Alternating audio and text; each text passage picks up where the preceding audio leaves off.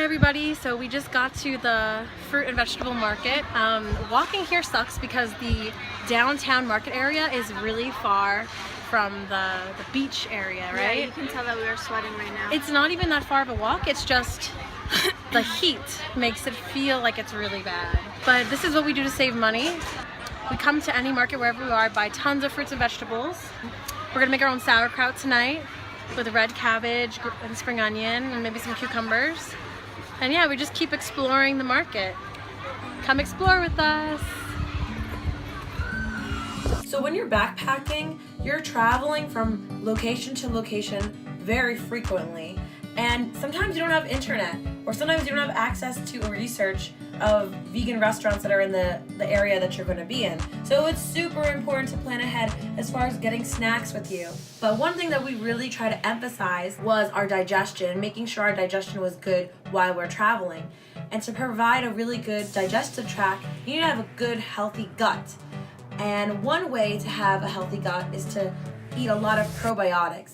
And now luckily, having fermented food, specifically sauerkraut, is really good for your gut bacteria and providing good digestion. So that's one of the reasons why we decided to make sauerkraut. Not only is it delicious, portable, but it's also really healthy for your body.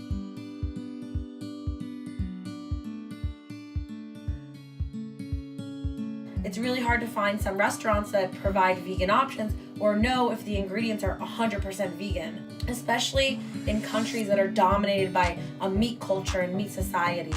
While on the move and traveling through climates with high moisture and heat, it made it really difficult for us to stock up on any fresh produce. So luckily, during our stay in Thailand, we sat through a fermentation class, and that's where we learned about how to maintain a healthy gut bacteria, especially while traveling around and trying new foods. We became super aware of health hazards, and we wanted to try to maintain healthy gut bacteria. And after taking this fermentation class, we learned a lot about sauerkraut. After washing our cabbage, we started by cutting up the cabbage into strips. Now, we learned that thicker strips meant it would take longer to marinate. So with that in mind, we preferred thinner strips just because we knew that it would be ready quickly. Now, after we cut everything up, we ended up adding some salt into the bag with the cabbage.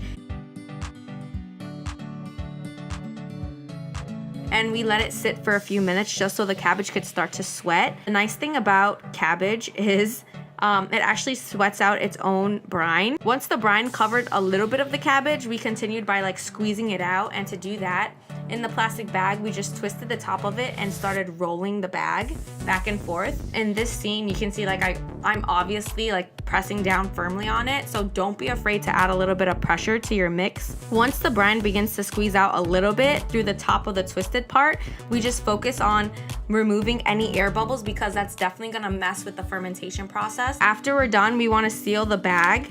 And to do that, get a rubber band. Obviously, at some points during the trip, we didn't have a rubber band, so we used a simple hair tie. But I mean, you gotta use what you got, right? Now, sauerkraut easily became one of our favorite traveling snacks, and that was because it was very easy to make, and it's made with cabbage. We can find cabbage at any produce stand.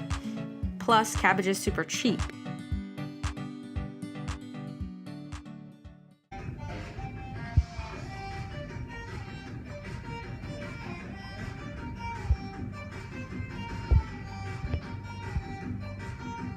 Jen.